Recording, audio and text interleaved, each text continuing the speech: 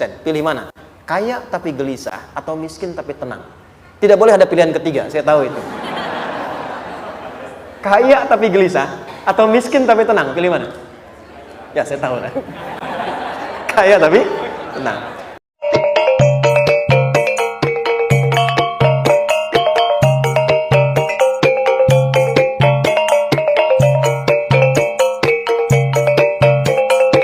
Pernah mendapatkan celaan dalam hidup? Halo? Pernah disoal oleh orang lain? Pernah direndahkan oleh orang lain? Nah, Allah tuh memberi kesan kepada kita, jangankan engkau Rasul yang paling mulia saja pernah mendapati itu. Tapi bagaimana seni mendapatkan ketahanan sehingga dalam dicela pun tetap tenang. Dalam disoal pun tetap hatinya nyaman. Karena ketenangan itu yang membawa pikiran tenang dan tindakan yang terukur. Dan kadang-kadang ketenangan itu lebih penting bahkan dibandingkan dengan harta yang berlimpah. Seringkali saya berikan perbandingan dari sejak dulu kita belajar kan. Coba pilih mana? Saya yakin masih konsisten. Pilih mana? Kaya tapi gelisah atau miskin tapi tenang? Tidak boleh ada pilihan ketiga, saya tahu itu. Kaya tapi gelisah atau miskin tapi tenang? Pilih mana? Ya, saya tahu lah. Kaya tapi tenang. Oke, di fase ini wahyu belum turun. Nabi sudah ngajar, turun wahyu, turun al-alaq, turun beberapa surah. Tiba-tiba ada masa jeda, wahyu belum turun. Sepekan belum turun. Sebulan belum turun. Disitulah muncul seakan ada amunisi bagi orang-orang yang tidak senang dengan Nabi, tidak senang dengan ajakan Nabi pada kebaikan. Ini poin yang kedua. Kalau Anda berbuat baik, pasti ada tantangan. Ingat ya, kalau Anda berbuat baik, apapun itu, pasti ada tantangan. Yang menguji konsistensi kebaikan itu apakah serius untuk dilakukan atau tidak. Maka mulai muncul tuduhan. Lihatlah Muhammad dari tinggalkan sama Tuhannya. Itu Muhammad dah gila tuh, naik turun bukit, naik turun lagi, kayak orang bengong.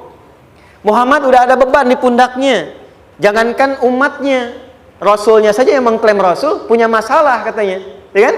Dan ditinggalkan Tuhannya, kok masih mau ikut Muhammad? Maka dalam keadaan itulah kemudian ditunggu, naik turun, turunlah kemudian dua surah sekaligus, surah 93, surah 94, yaitu surah Ad-Duha dan Al-Insyirah.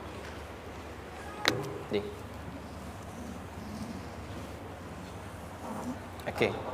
Ini materinya dahsyat ya. Penting sekali, saking pentingnya ini cepat habis tuh. Sekali lagi. Jazakallah khair. Lebih kelihatan ya. Baik, yuk pelan-pelan.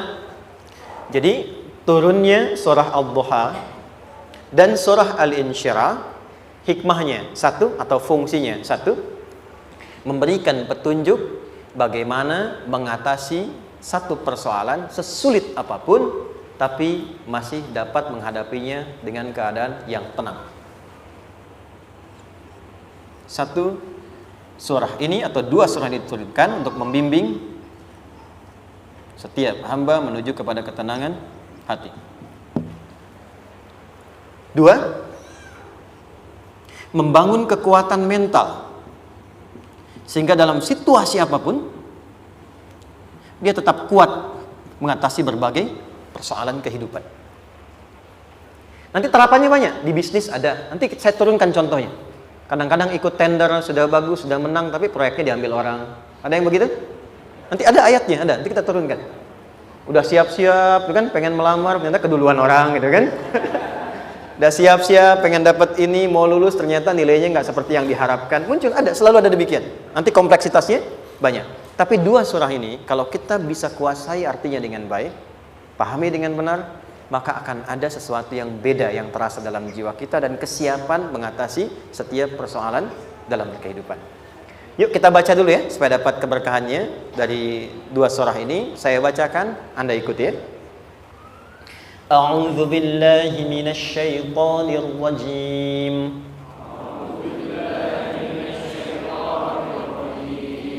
Bismillahirrahmanirrahim. والضحى والليل إذا سجى Ma wadda'aka rabbuka wa ma qala.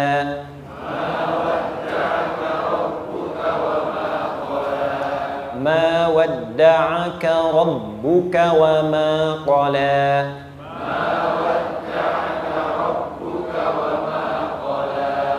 Walal akhiratu khairul laka minal ula.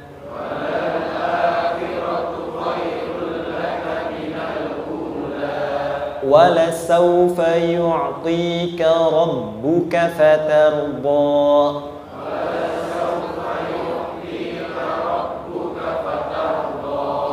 ألم يجدك يتيما فآوى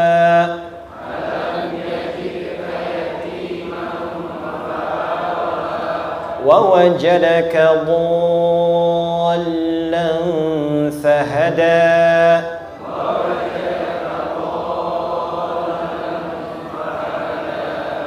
ووجدك عائلا فأغنى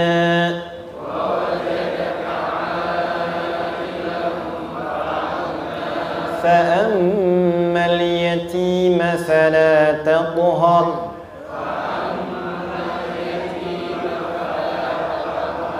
وأما السائل فلا تنهر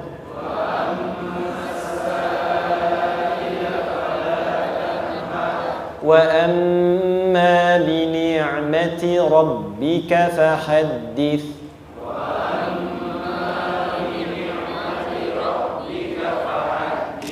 Baik, satu surah dulu, alhamdulillah. Izin saya bacakan tadi untuk diikuti supaya setidaknya kalau kita pulang dan ditanya bagaimana hidupmu engkau jalani, seperti apa engkau berinteraksi dengan Quran yang telah aku turunkan, maka kita pernah menjawab, ya Allah, kami pernah baca akan itu. Jangan pernah kita berkehidupan sampai wafat dan tidak pernah berinteraksi dengan Quran walaupun sekedar membacanya. Wadduha, aku bersumpah, setiap huruf waw yang berada di awal kalimat di satu surah itu makna utamanya berarti sumpah. Ya, qasam, sumpah. Seringkali diartikan demi, ya.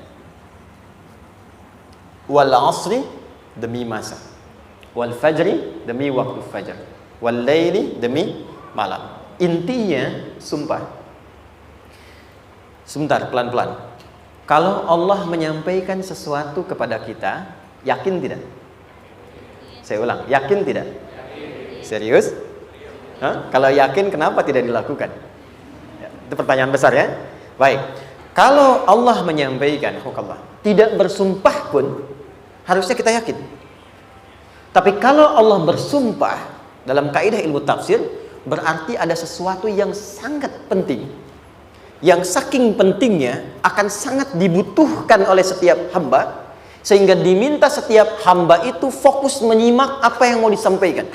Bahkan saking pentingnya menyimak itu Allah bersumpah. Jelas? Kalau teman-teman menemukan di Quran ada ayat dibuka dengan sumpah, berarti ada kasih Allah yang tinggi yang akan disampaikan di ayat itu sampai meminta kita fokus untuk menyimaknya. Ad-duha, untuk memudahkan maknanya, teman-teman kalau waktu duha itu jam berapa ya? Oke, sebetulnya dimulai sejak matahari itu mulai naik, yang memantulkan, ya, atau menyinari cahayanya itu mulai terasa lembut. Ya, kalau misalnya kita ambil 1,5 jam setelah subuh. Sekarang subuh 4:30 lah, taruhlah 4:30 ya. 1,5 jam berarti jam 6 kan? Nah, itu awal duha tuh. Awal duha. Sampai ke pertengahan kurang lebih 9:30, jam 10. Akhir duha jam 11 sampai menjelang ke zuhur. Awal duhanya disebut dengan syuruk namanya. Syuruk. Jadi syuruk itu awal duha. Kalau sudah jam 6 ada cahaya matahari ya. Enak nggak ke tubuh kita itu? Nyaman nggak? Jam 8 enak nggak kalau berjemur ya? Jam 9 enak ya? Nah, ini kata kiasan dalam bahasa Arab. Kalau kita merasakan sesuatu yang enak, nyaman, memberikan manfaat yang banyak, itu orang Arab sering memberikan kiasan dengan waktu-waktu tertentu. Di antaranya duha. Jadi kalau kita menemukan kalimat duha jangan langsung diartikan ke waktu duhanya. Boleh jadi yang diinginkan adalah makna di balik itu, yaitu semua kenikmatan dan kenyamanan yang didapatkan. Cara mengartikan ini, wadduha, aku bersumpah, kata Allah, ya Muhammad, demi semua kenikmatan yang kau rasakan dalam hidup, seperti engkau merasakan kenikmatan cahaya duha itu. Jelas? Wal-laili idza saja, dan aku bersumpah, al-lail, lail itu apa? Malam. Baik, lail turunannya, layali jamaknya, lela, lili, lala, itu malam. Jadi kalau ada ibu leli, ibu malam-malam ya. Lail. Oke. Lail itu malam. Malam gelap nggak? Gelap. Tapi kalau gelapnya gulita, tidak ada cahayanya, gelap betul gitu. Gelap ya.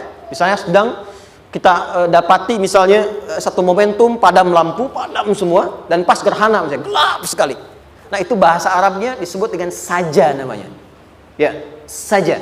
Wal laili idza saja. Dan malam apabila telah gulita. Zaman Nabi kan gak ada lampu. Ya, belum ada PLN, ya, dan seterusnya. Jadi gelapnya betul-betul gelap. Saya mau tanya sebentar. Biasanya kalau situasi gelap itu mudah nggak menemukan benda tertentu? Melangkah mudah atau sulit? Tidak mudah untuk dilakukan kan? Dalam bahasa Arab, kalau kita ingin mengungkapkan satu kegamangan yang luar biasa, sampai kita merasakan gelap dan sulit melangkah, bukan hanya karena nggak ada cahaya, mungkin karena ada pekerjaan tertentu yang menyulitkan, masalah tertentu yang menyulitkan, sehingga merasa seakan-akan kita tuh gelap, makan nggak enak, melangkah susah. Pernah nggak merasakan situasi yang saking beratnya satu beban itu seakan-akan makan nggak mau, melangkahnya berat, ada vertigo, kadang-kadang pusing. Pernah merasakan itu? Itu bahasa Arabnya wal-laili idza saja. Perhatikan kalimatnya, ya Muhammad sallallahu alaihi wasallam, aku bersumpah demi semua kebahagiaan dan kenikmatan yang engkau pernah raih, seperti merasakan kenikmatan cahaya duha. Dan mungkin persoalan hidup yang pelik yang membuat engkau merasakan kesulitan, seakan-akan merasa di suasana gelap yang gulita. Ma wadda'aka rabbuka wa ma qala. Tanamkan dalam jiwamu yang paling dalam, aku tidak akan pernah meninggalkanmu.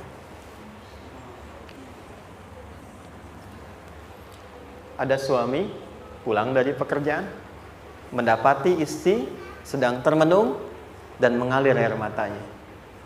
Tiba-tiba suaminya datang mengatakan, hangat sekali pada istrinya, di sampingnya membelainya dan mengatakan, "Ma, demi semua suka yang pernah kita lalui bersama, dan demi duka yang mengalirkan air matamu saat ini pun, tanamkan dalam hatimu yang paling dalam, Papa akan selalu bersama Mama dalam setiap situasi itu." Kira-kira para ibu merasakan itu bagaimana perasaannya? Masa sih? Tapi itu menarik loh. Menarik ya. Jadi kalau teman-teman ngaji surat Yusuf, di surat Yusuf itu laki-laki diilustrasikan dengan matahari, perempuan diilustrasikan dengan rembulan. Ya. Inni ra'aitu ahada asyara kaukaba wasyamsa wal qamara ra'aituhum li sajidin. Ayah, aku melihat bulan dan matahari serta 11 gemintang sujud hormat kepadaku. Jadi matahari diartikan itu sebagai laki-laki, suami, ayah. Kenapa disebut matahari? Diilustrasikannya, matahari itu kan menyengat dengan kuat. Kalau kita menjemur, mengeringkan pakaian, melindungi. Tipikal suami itu melindungi. Ada yang ganggu istri, sengat dengan kuat. Ada air mata yang mengalir, hei, keringkan itu sehingga tidak larut air mata mengalir di pipinya. Itu matahari. Sebaliknya rembulan. Rembulan itu kan enak dipandang, bukan bulannya ya. Bukan bulannya. Kalau bulannya kan desainnya nggak sempurna, baik terlihat. Tapi cahaya rembulannya tampil dengan indah, tampil dengan baik, enak dipandang, menenangkan, dan tidak tertukar. Jangan sampai ada istri jadi matahari, suami jadi rembulan. Jelas ya? Dengan kekuatan bulan aku menghukummu, ya kan? Itu Oke. Tahan sampai sini, tahan. Lihat baik-baik. Saya berhenti sampai sini dulu. Kalau di Quran ada ayat menyebutkan, tidak spesifik orang yang disebutkan dan kapan kejadiannya, maka peristiwa itu akan terjadi dan dialami oleh kemungkinan generasi berbeda di setiap masa dengan tokoh berbeda tapi perasaan yang serupa. Sebaliknya, kalau disebutkan namanya, jelas identitasnya, kapan kejadiannya, maka peristiwa itu hanya akan menimpa orang tersebut dan tidak akan dialami lagi orang lain setelahnya. Saya tanya dulu yang akhwat, yang perempuan. Kenal Maryam? Kenal, bagus. Kenal di mana? Maryam anaknya Imran. Mengandung, melahirkan Isa alaihissalam, Yesus, Mesias, tanpa disentuh laki-laki manapun. Dan di Quran identitasnya disebutkan langsung, Maryam binti Imran, wa Maryam ibnata Imran. Ini menunjukkan kesan bahwa yang mengandung dan melahirkan tanpa disentuh laki-laki manapun, itu hanya Maryam anaknya Imran. Ingat ya, mengandung, melahirkan tanpa disentuh laki-laki manapun. Bukan mengandung, melahirkan tanpa suami, kalau itu banyak dia. Ya, mengandung, melahirkan tanpa disentuh laki-laki manapun. Hanya Maryam binti Imran. Tapi kalau nggak disebutkan siapa orangnya, kapan kejadiannya, tidak detail disebutkan, ini artinya situasi itu akan dialami kembali oleh orang di masa depan dengan generasi yang berbeda tapi substansi yang sama. Pertanyaannya, pernahkah kita mengalami situasi yang sulit sampai seakan merasa gelap? Nah, baik, maka adab yang pertama, jika mengalami situasi seberat apapun dalam berkehidupan, maka dekati Allah Subhanahu wa ta'ala. Ini awalnya, dekati Allah. Apalagi kalau ada yang mengatakan ini nggak mungkin, ini nggak akan terjadi, ini nggak bisa. Kalau sudah ada tanda seperti itu tanda langsung dari Allah supaya Anda diminta langsung mendekat kepada Allah dan tinggalkan semua makhluk. Karena Allah hanya akan mengabulkan langsung kepada Anda tanpa perantara siapapun. Itu yang terjadi pada Nabi Zakaria. Ini nggak mungkin, ini mustahil. Maka beliau langsung memohon kepada Allah dan langsung menyebutkan, ya Allah, saya minta darimu saja, tidak dari yang lain. Maka dikabulkan seketika. Jadi yang pertama, jika punya kesulitan sebesar apapun, seberat apapun, cepat dekati Allah. Maka di situ akan dijawab langsung oleh Allah, ma wadda'aka rabbuka wa ma qala. Hambaku, sepanjang engkau mendekat kepadaku, maka yakinkan dalam dirimu, situasi apapun yang kau rasakan, aku tidak akan pernah meninggalkanmu. Sudah? Satu? Paham sampai sini? Oke. Pelan-pelan ya. Saya belum bicara caranya. Saya baru bicara di awal motivasinya. Dekati Allah dulu, nanti caranya didetilkan di surah Al-Insyirah. Teruskan. Ma wadda'aka rabbuka wa ma qala. Walal akhiratu khairul laka minal. Perhatikan. Hei, seberat-berat bebanmu saat ini, ingat, satu saat akan tuntas. Dan ini pun ujian. Kalau sudah meninggal, gak ada ujian lagi. Dan nanti kehidupan yang sekarang, apapun yang kau pertentangkan, perdebatkan, perselisihkan, itu semua akan ditinggalkan. Jadi ternyata Allah mengungkap hakikat kehidupan dunia. Apapun yang diperselisihkan, tuh unik ya. Orang berselisih pada yang akan ditinggalkan. Aneh nggak? Ada orang berebut makanan, ya kan? Rebutan sampai berkelahi dan sebagainya. Pada akhirnya makanan yang diperebutkan itu pun akan ditinggalkan. Yang ini meninggal, itu meninggal. Jadi memperebutkan sesuatu yang pada akhirnya akan berakhir.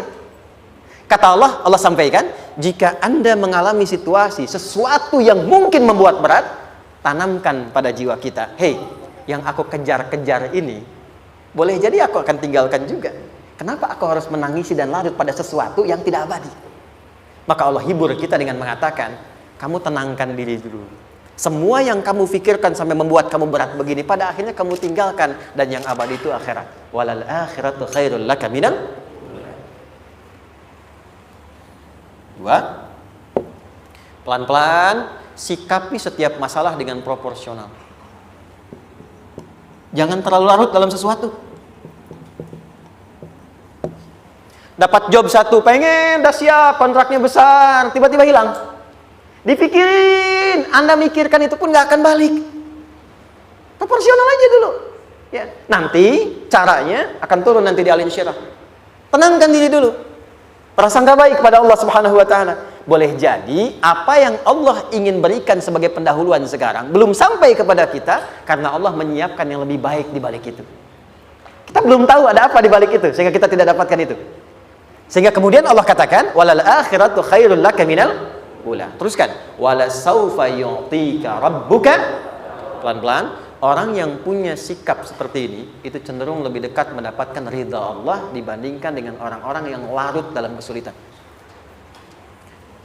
Orang yang move on dengan setiap persoalan dalam kehidupan, cepat berpikir secara proporsional, tidak menggantungkan hidupnya pada persoalan tertentu sehingga membuat dia menjadi beban, itu lebih mendekatkan dirinya kepada ridha Allah dibandingkan dengan orang yang meratapi persoalan hidupnya. Ya. Pelan-pelan. Jadi spiritnya, kalau punya masalah apapun, jangan dilarutin terus. Gak usah diratapi, cepat move on. Berpikir lagi, rencanakan lagi. Nanti, detailnya ada di Al-Insyirah.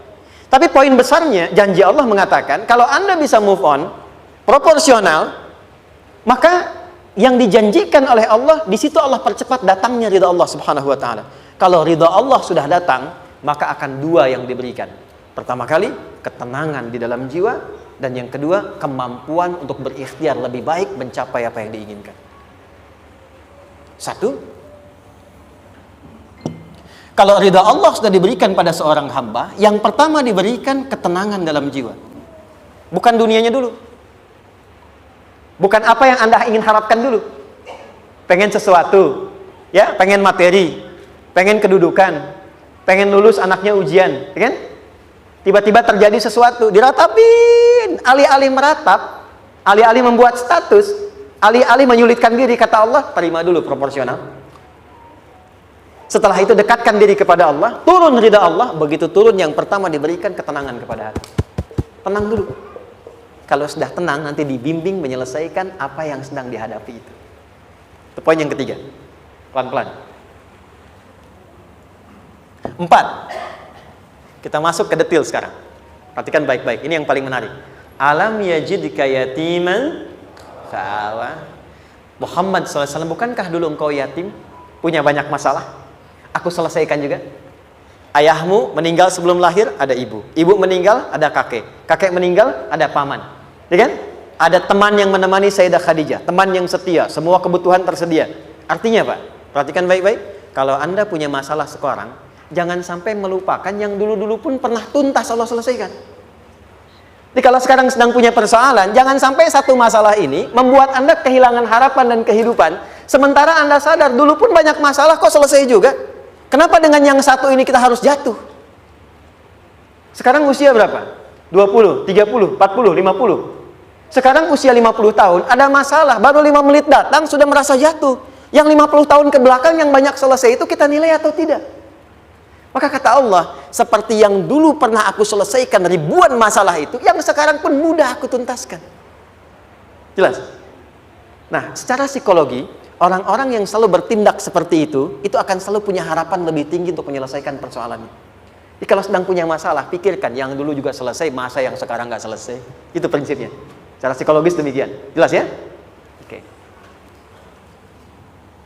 Wa wajadaka dhallan fahada.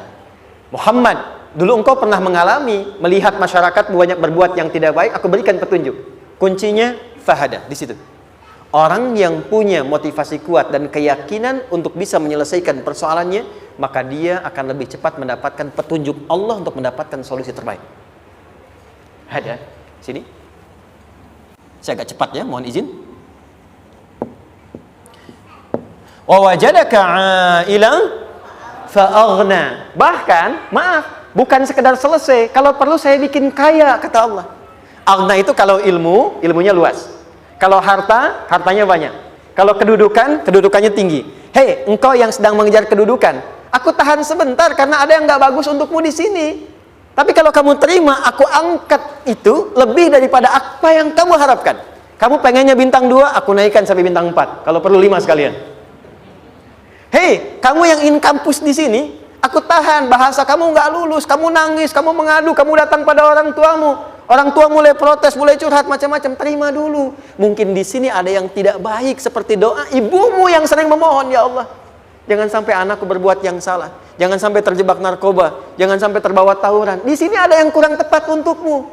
Kalau kamu ridha, kamu terima, kamu proporsional, bahkan aku pindahkan ke kampus yang lebih baik yang tidak kamu bayangkan sebelumnya. Di orang-orang yang selalu menerima apa yang Allah ujikan dan ridha dengan itu, maka Allah akan angkat derajatnya bahkan melebihi ekspektasi dirinya. Paham? Kalau sudah seperti itu, maka lihat ujung ayatnya. Lihat ujung ayatnya. فَأَمَّا الْيَتِيمَ فَلَا taqhar. Maka jangan pelit, berbagi kepada orang lain. Share. Kalau sudah sukses, share. Berbagi, bukan hanya materi, bagi ilmunya, ya, bagi kebahagiaannya.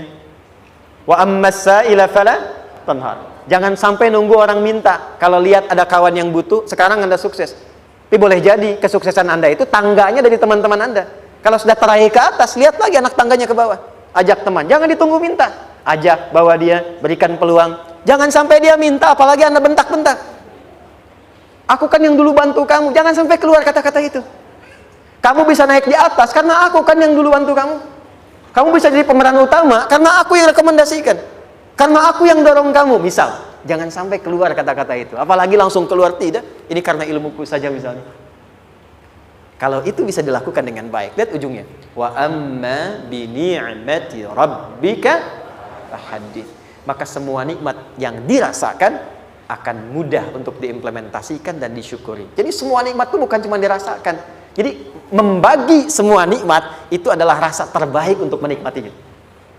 Maaf ya, Anda kalau punya makanan, dimakan sendiri. Dengan dibagi sama-sama, kira-kira rasa nyamannya yang pertama atau yang kedua? Kedua. Makan sendiri, enaknya sendiri kan?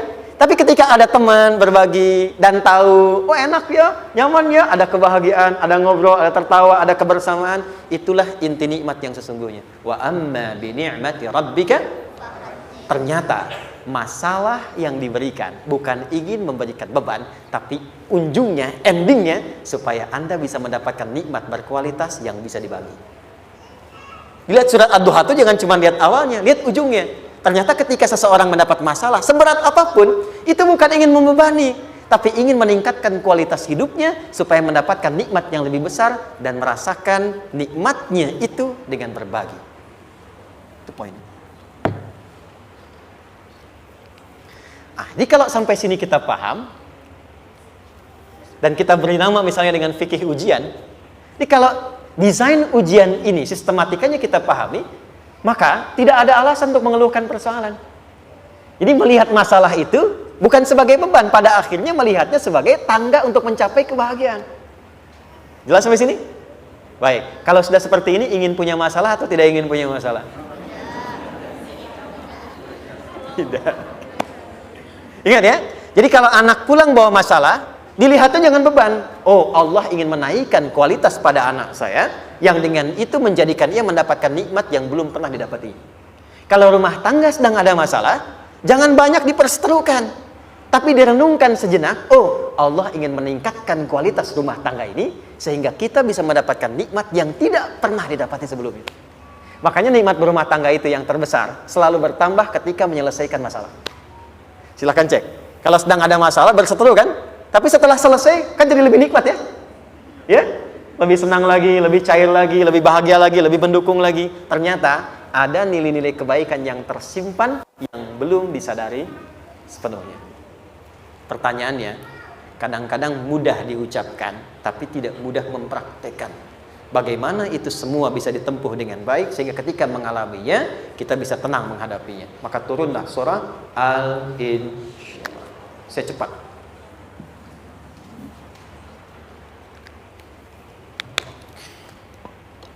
Teman-teman, ini apa? Kelas ya? Baik, pelan-pelan sedikit. Kira-kira volumenya besar kecil? Kecil ya? Baik. Kalau saya bandingkan dengan gayung, volumenya besar mana? Gayung ya? Baik. Kalau ini saya perlebar, sehingga bisa memasukkan apapun ke dalamnya, itu bahasa Arabnya disebut dengan insyirah namanya. Jelas? Meluaskan sesuatu sehingga terlihat lapang, sehingga memudahkan setiap hal masuk ke dalamnya. Itu insyirah namanya. Surah ini diberi nama dengan surah Al-Insyirah, yang berarti sesuatu yang lapang, yang tenang, yang nyaman. Yang diharapkan dengan keadaan hati yang lapang, nyaman, tenang itu, segala persoalan yang dihadapi dalam kehidupan akan mudah diterima dan tidak berdampak besar dalam menyikapinya. Maka bagaimana kemudian Allah memberikan turunan-turunan petunjuk supaya apa yang diharapkan ini bisa tercapai? Satu, izin mengilustrasikan. Saya kasih cerita sebentar. Ada seorang anak muda, Kisah ini sangat viral, hampir setiap kita bisa mendapatinya. Datang kepada seorang kakek tua di sisi danau yang jernih sekali airnya. Dia berkeluh kesah tentang persoalannya. Dia katakan, saya punya masalah begini, begini, begini. Berat sekali terasanya. Kakek itu kemudian permisi, dia hanya membawa 2 genggam garam. Kemudian beliau bawa 1 gelas, ilustrasinya seperti ini. Dimasukkanlah kemudian garam itu ke gelas itu. Lalu diambil 1 gelas air yang jernih tadi dengan garam segenggam. Kata beliau, minum. Pemuda itu mengatakan, wah asin, minum aja dulu. Lalu ketika diminum, langsung ditumpahkan. Dia muntahkan asin katanya. Lalu setelah itu kakek yang tadi melepaskan segenggam sisanya, dilempar ke danau tadi yang luas. Lalu diambil lagi dengan gelas yang sama. Sekarang minum. Bagaimana rasanya? Segar, enak, nyaman. Itulah hatimu. Kalau hatimu sempit sesempit gelas ini, maka masalah sekecil apapun akan selalu menghadirkan kesulitan seperti engkau menelan garam tadi. Tapi kalau hatimu luas, sebesar apapun masalah, tidak akan pernah berdampak pada dirimu kecuali engkau mampu menyusun rencana untuk mengatasinya. Kelapangan hati yang membuat diri kita mampu menerima persoalan apapun, itu yang disebut dengan insyirah. Makanya dulu tahun 90-an ada sinetron Hati Seluas Samudra gitu ya. Saya pernah tahu itu. Sama anaknya diapa-apain juga, oh masih aja ya menerima gitu. Dulu siapa ya? Jeremy Thomas dan lain-lain ya. Saya kira ada itu. Ya, saya kira itu ya. Saya pernah lihat sejenak ya. Saya jarang-jarang nonton itu. Pernah lihat aja. Saya senang riset. Jadi kalau riset itu ada riset dakwah, ada riset materi. Saya teman-teman yang musik gitu ya. Saya tidak terlalu dekat dengan musik karena saya di Quran gitu. Tapi untuk mengetahui hukum musik itu bagaimana, saya riset. Sampai ke notasi saya tahu. C D F G A B C G A B C D F G D F G A B C D A B C D F G A F G A B C D E B C D E F G A B C D A gitu kan ya? Ya, tapi kalau diminta piano, gitar, ini saya nggak bisa. Ya, tapi untuk menentukan hukum, nah kita bisa paham gitu. Misalnya boleh nggak baca Quran pakai langgam Jawa gitu kan? Nah hukumnya apa? Nanti dari teori itu muncul. Ya, paham ya? Nah, oke, balik sini. Perhatikan baik-baik. 1, saya agak cepat. Ini ditafsir langsung turun al-insyirah. Yang pertama, alam nashrah laka sadrak wa wada'na anka wizrak alladhi anqadha dhahrak. Tahan sampai sini dulu, 3 ayat. Saya mulai dari ayat kedua dan ketiga. Perhatikan baik-baik. Wa wada'na anka wizrak alladhi anqadha dhahrak. Artinya apa? Artinya satu beban yang diletakkan di pundak yang berpengaruh kepada semua bagian tubuh. Kita pernah melakukan atau melihat yang angkat beban ya? Beban kan semakin berat diangkat, semakin terasa ke bagian-bagian tubuh ya, ke semuanya. Nah, itu namanya wizrak alladzi anqadha dhahrak. Beban yang dipikul yang berat sekali sampai semua merasa. Makanya jadi satu ungkapan dengan mengatakan dia sedang memikul beban yang sangat berat. Sampai kepalanya pusing, tidur nggak nyaman, miring kanan, miring kiri. Itu namanya ya alladzi anqadha dhahrak. 1. Saya percepat, akan ada satu masa dalam hidup setiap hamba merasakan satu persoalan yang seakan-akan beban berat yang dipikul sampai merasa kesulitan dari ujung kepala sampai ujung kaki. Siapapun itu.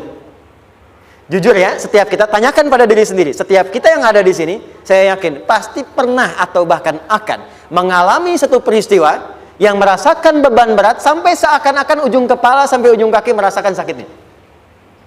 Ada yang sudah mengalami atau bahkan nanti akan ada yang melalui. Perhatikan baik-baik. Teruskan ayatnya. Wa rafa'na laka. Perhatikan. Kalau ada yang sedang merasakan itu, yakinlah kata Allah, pada saat itu sesungguhnya Allah sedang mengangkat derajatnya dan meningkatkan kualitas hidupnya untuk mencapai sesuatu yang istimewa yang belum pernah diraihnya. Dari sini kita buat persamaan. Ujian. Perhatikan. Berbanding lurus dengan harapan. Banding lurus dengan solusi nanti pada akhirnya. Fokus. Lulus di sini, insya Allah setiap persoalan akan lebih mudah untuk diatasi. Ujian, seberat apapun yang sedang kita alami, tidak akan pernah diberikan kepada kita oleh Allah, kecuali ternyata hikmahnya untuk mengabulkan harapan-harapan besar yang sebetulnya kita mintakan. Jujur ya, setiap kita kan sering punya permohonan ya, sering berdoa ya, ya Allah minta ini, minta itu, minta ini, minta itu, gitu kan? Nah, cara Allah mengabulkan harapan kita itu, yang pertama, jalurnya lewat ujian. Karena semua kesuksesan itu, desain dasarnya adalah melewati ujian. Coba, anak-anak kita yang sedang sekolah itu, apa mungkin diwisuda dengan penuh kebahagiaan kalau nggak mengalami ujian? Lewat ujian dulu kan? Dia belajar dulu, ujian dulu, ngatasin soal dulu, lulus, baru wisuda. Apakah mungkin akan dapat IPK 4 yang diharapkan kalau tidak mengalami ujian? Belajar dulu, ya kan? Ada waktu, sempat dia bangun malam, siang, dan seterusnya, belajar, keringat, dan sebagainya, baru bahagia kan? Dan ternyata belajar itu untuk diwisuda. Sebab kalau kita tidak belajar, mustahil dapat wisuda. Kalau tidak lewat ujian, mustahil dapat ijazah. Karena ternyata harapan itu, hukum dasarnya dalam berkehidupan, bisa diraih dengan melewati ujian. Ini poinnya. Jadi mohon, kalau sedang mengalami sebuah peristiwa, dan kita harus menghadapi itu, coba renungkan, sebetulnya pernah berdoa apa sampai kita mengalami itu, sehingga dengan jalan itulah sebetulnya Allah ingin mengabulkan harapan yang dulu pernah kita mintakan. Jelas? Oke, satu. Yuk, turunkan rumus ya pelan-pelan. Quran surah kedua ayat 286. Ini kesini dulu, baru nanti kita balik lagi. 2 Al-Baqarah ayat 286. La yukallifullahu nafsan illa usaha. Tahan sampai sini. Lihat baik-baik. Hukum yang pertama. Hukum pertama. Allah tidak mungkin menguji seorang hamba di luar batas kemampuannya. Jadi kaidah yang pertama tadi, kalau kita sedang diuji, sebetulnya ada harapan dan doa yang pernah kita mohonkan dan Allah ingin mengabulkan itu, jalan pertamanya adalah ujian. Tapi adilnya Allah, tidak akan pernah kita diuji kecuali sesuai dengan kemampuan kita. Jadi kalau nggak mampu, nggak mungkin diberikan ujian. Ingat ya, kalau tidak mampu, tidak mungkin diberikan ujian. Artinya harapan yang kita mohonkan pun akan sesuai dengan kemampuan kita. Jadi kalau kita minta sesuatu nggak mungkin bisa menggunakannya, nggak akan dikasih. Nah, balik ke sini untuk memberikan ketenangan kepada hati kita. Kalau sedang menerima persoalan, setelah kita mengatakan, oh ini mungkin ada harapan yang ingin saya dapatkan, jalannya lewat sini. Untuk memberikan ketenangan kepada hati, begitu persoalannya tiba, langsung katakan pada diri kita, saya pasti bisa menjalaninya. Mustahil saya diuji kalau nggak mampu menjalaninya. Itu bahasa singkatnya. Ingat ya, kalau ingin mudah menyelesaikan persoalan, kata Quran, setiap ada ujian, langsung katakan pada hati kita, insya Allah bisa. Nggak mungkin saya diuji kalau saya nggak sanggup. Jelas? Dan tanamkan itu pada hati yang paling dalam. Ini nggak mudah. Kalau cuma disimpan di pikiran, jadi beban. Tapi kalau Anda tanamkan dalam hati, seberat apapun masalahnya, pasti saya sanggup, pasti saya bisa. Pernah lihat dulu ada acara 90-an Benteng Hattori? Oke? Benteng Takeshi ya? Takeshi ya? Gitu kan, artinya kan bisa jawab ya. Kita tahu Ninja Hattori mendaki gunung, lewati lembah, ya tahu ya. Son Goku, Son Gohan, apa? Saya tahu itu. Son Goku, Kamehameha, Piccolo itu, yang nulisnya Suzuki Watanabe, saya tahu itu. Benteng Hattori, balik lagi ya. Benteng Takeshi ya.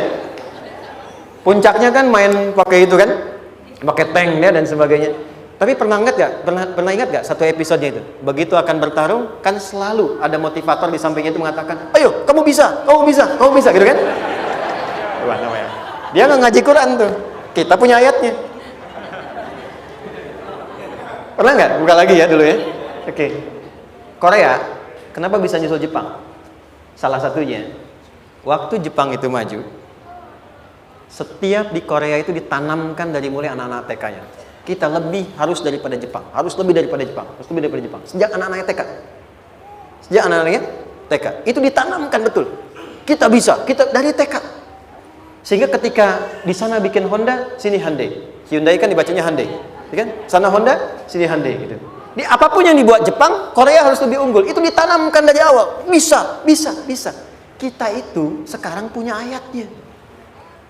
Jadi kalau sedang punya masalah seberat apapun, katakan pada diri kita, insya Allah bisa. Gak mungkin diuji kalau nggak sanggup.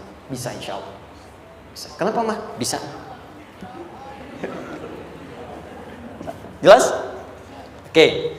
Sudah di situ teruskan. Lanjutkan. Warafa'na laka dzikra. Teruskan. Fa inna ma'al usri. Nah, ini poin terbesarnya. Fa inna ma'al usri yusra. Fa huruf yang menunjukkan sesuatu berlangsung dengan cepat. Inna di ilmu nahwunya berbunyi begini, di gramatikal bahasa Arab. Harfun nasbin wa taukidin. Tansibul isma wa tarfa'ul khabara. Mabniyun 'alal fathi la mahalla lahu min al-i'rabi. Paham? Tidak. Inna huruf yang digunakan untuk menguatkan informasi agar ditancapkan ke dalam hati sekuat-kuatnya dan jangan pernah ragu. Jadi kalau orang Arab itu nancapkan tongkat begini dan kuat, tidak goyah, itu nasab namanya. Nasabar rajul asahu fil ardi. Inna ini harfu nasab.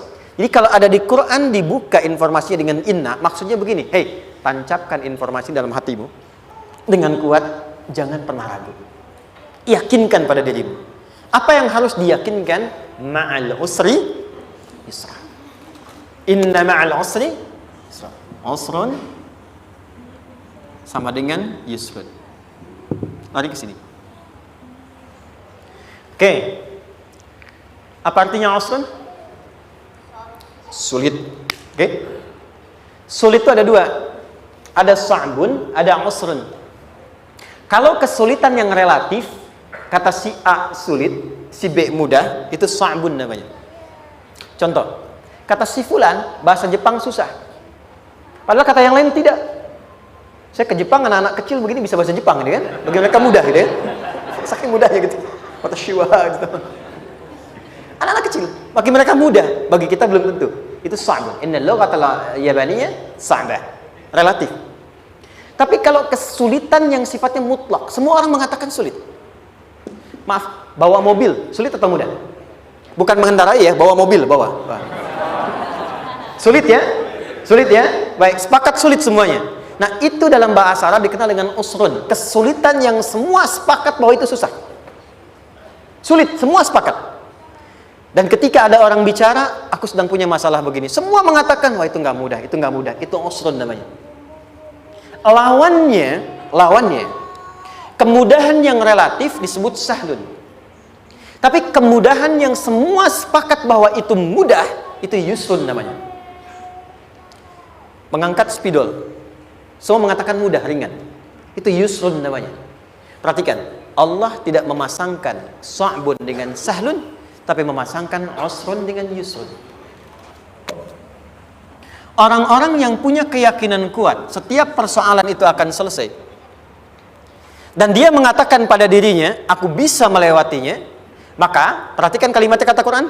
Inna ma'al usri yusran. Sesulit apapun masalah yang sedang dia alami, maka Allah akan datangkan solusi semudah-mudahnya yang bisa dia nikmati. Dengan kata lain, kalau kita bawa ke bahasa psikologi, kalau sedang menghadapi persoalan seberat apapun, selain kita mengatakan, ini pasti bisa saya lalui, saya insya Allah sanggup mengatasinya, katakan pada diri kita, ini pasti selesai. Pasti ada solusinya, pasti mudah. Katakan, walaupun memang solusinya belum datang, tapi tenangkan pada diri kita dengan mengatakan, inna ma'al usri yusra. Bahasa psikologinya, katakan pada diri kita, ini pasti selesai. Gak mungkin gak selesai, pasti ada solusinya, pasti mudah. Itu lebih memberikan harapan pada diri kita untuk menuntaskan persoalan dibandingkan dengan meratapinya. Jelas? Teruskan. Fa inna ma'al usri. Kalau masih ragu kata Allah, katakan lagi sekali lagi. Sampai hati kita merasa nyaman. Jadi kalau sedang punya persoalan seberat apapun, tanamkan pada diri kita, pasti selesai. Belum nampak, insya Allah pasti selesai. Gak mungkin diuji kalau gak ada solusi. Itu lebih memberikan harapan. Setelah itu, fa idza faraghta, mitigasi masalahnya, mitigasi persoalannya, tuliskan ini masalahnya apa, rumah tangga apa saja, misalnya dia ada suami, ada istri, ada anak-anak, masalah ada di mana. Kadang-kadang benangnya jadi kusut karena satu-satu nggak segera diselesaikan. Maka kata Al-Quran, fa idza faraghta, Satu-satu mitigasi dulu. Satu masalah di sini, lihat di suami, lihat di istri. Kalau pekerjaan, masalahnya apa? Sebelum bercabang kemana-mana, petakan. Apakah rekanannya? Apakah relasinya? Apakah kemampuannya? Apakah manajerialnya? Apakah marketingnya? Mitigasi, kotaki semua, selesaikan satu-satu. Setelah itu, apa yang dilakukan? Wa ila rabbika, tawakal sepenuhnya kepada Allah untuk menentukan hasilnya. Tawakal itu yang paling mahal.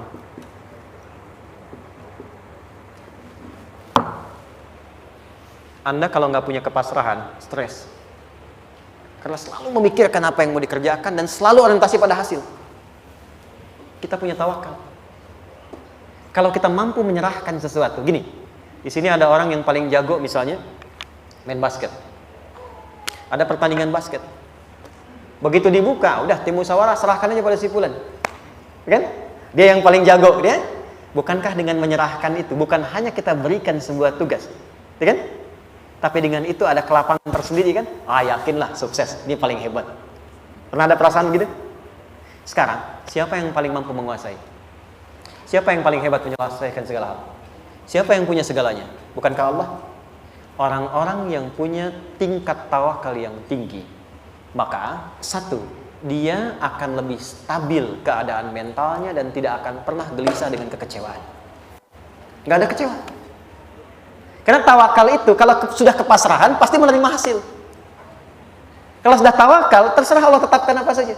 Mau dapat sekarang, dapat besok, dapat nanti.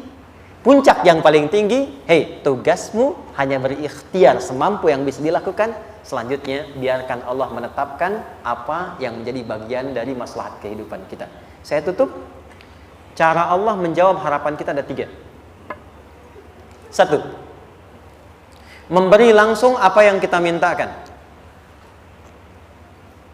2. Menunda itu sampai kita siap menerimanya. 3. Mengganti apa yang kita inginkan dengan apa yang kita butuhkan. Saya ulang ya. 1. Memberi langsung apa yang kita mohonkan. Misal, ya Allah saya ingin A misalnya, anak saya pengen ke ITB. Tapi nggak mungkin tiba-tiba langsung masuk ITB kan? Pasti lewat ini dulu kan? Ada ujian dulu, ikut tes dan seterusnya diterima sesuai. 2. Kadang menunda sesuatu sampai dia sanggup menjalaninya. Anda punya anak usia 5 tahun, pengen diberikan motor. Anda mampu untuk memberi motor, dikasih nggak? Tidak. Sampai dia sanggup mengendarai motor, baru Anda berikan. Terkadang ada yang kita minta sekarang, tidak didapati sekarang. Tapi ternyata tahun depan kita dapat. Kita harus sadar bahwa anugerah yang kita dapatkan tahun depan itu sebetulnya adalah hasil doa kita di tahun ini. Pernah dengar nggak kisah viral? Nabi itu berdoa baru dikabulkan setahun setengah. Setahun 6 bulan. Padahal itu Nabi loh. Kiblat pertama kita kemana? Palestina kan? Baitul Maqdis kan? Nabi berdoa, mohon terus nengok ke langit.